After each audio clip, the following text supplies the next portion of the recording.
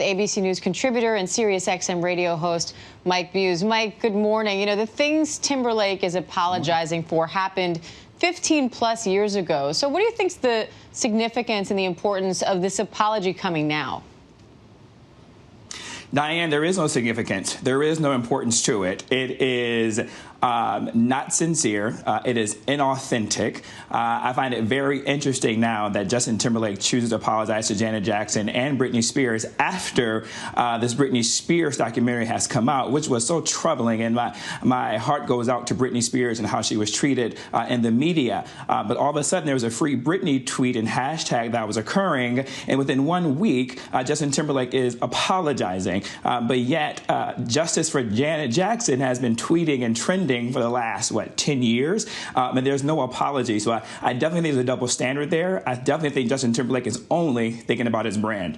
Now, Janet Jackson is seeing huge spikes in album sales after this apology. Why do you think that is? And are there any estimates of what she lost due to the Super Bowl wardrobe malfunction controversy?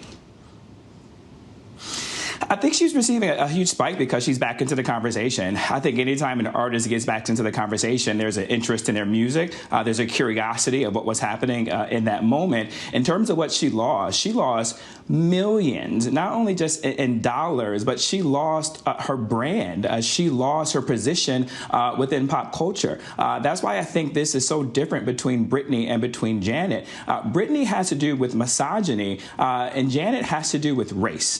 Justin Timberlake has always held proximity to black culture.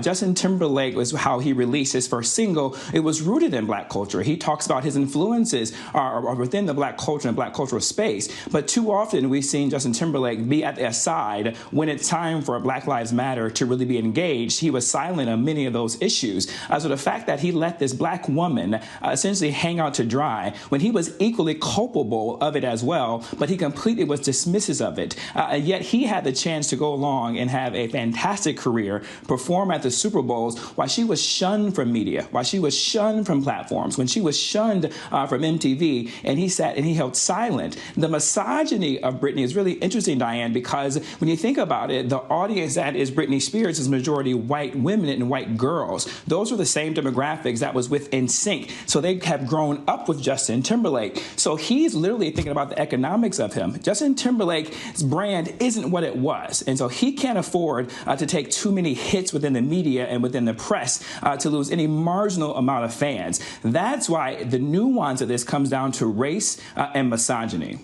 Is there anything that, I mean, clearly his apology was not enough for you. Do you think there is anything that he could say or do at this point to reflect that he now looks back on what happened, he learned from it, he regrets it, and he wants to genuinely do better and do what he can to fix it? Diane, you know me. I'm all about allowing people grace and giving people the opportunity to grow within themselves. But here's why I'm just so not settled with that aspect is because of the time gap. It's almost over 15 years from Janet when all these hashtags have been trending. Every time Super Bowl comes up, Janet Jackson's name comes up. My concern, the uneasiness of it, is how swiftly that he was willing to apologize to Britney Spears. It's uncomfortable to say, Diane, but you can't erase the optics of it all. A white woman who was held in such regard in media is now known to have done harm by the media and those in position, and then the white man with his privilege comes in and apologizes to her within the week of this all coming together. But yet he sat so silent for almost 15 years when a black woman was literally getting thrown under the bus time and time again. That is the uncomfortable conversation to have, but that is why it's so difficult for me to give him grace.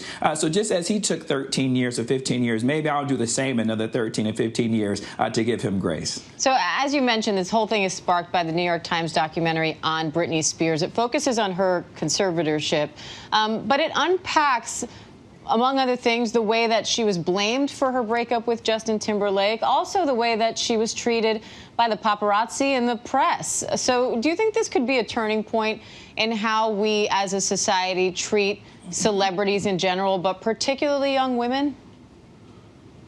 Yes, and particularly Diane, young women. I was looking at that documentary and I was cringing at myself, right? Like the pain that Britney Spears was experiencing. And here's what's also so troubling about it. Britney Spears was crying out for help. She was crying out in pain right there on television, right in the media, and no one did anything about it. They piled onto her, talked about the sexual exploitation of her, blamed her. The governor's wife of Maryland said that she wanted to shoot Britney. That got to me that was even able to be said without any repercussion to that governor's wife. I hope the lessons now are that celebrities are humans, in particular young women of adolescence are growing up, discovering self, going through self-identity, and what they don't need is for grown adults to be ridiculing them in public as to how they should be as young women, as who they should be as women, and how they should act and behave, and to treat them with that.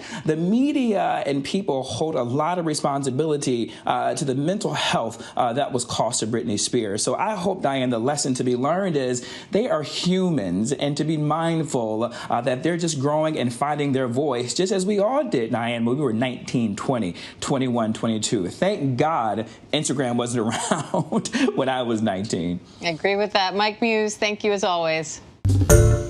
Hi, everyone. George Stephanopoulos here. Thanks for checking out the ABC News YouTube channel. If you'd like to get more videos, show highlights, and watch live event coverage, click on the right over here to subscribe to our channel. And don't forget to download the ABC News app for breaking news alerts. Thanks for watching.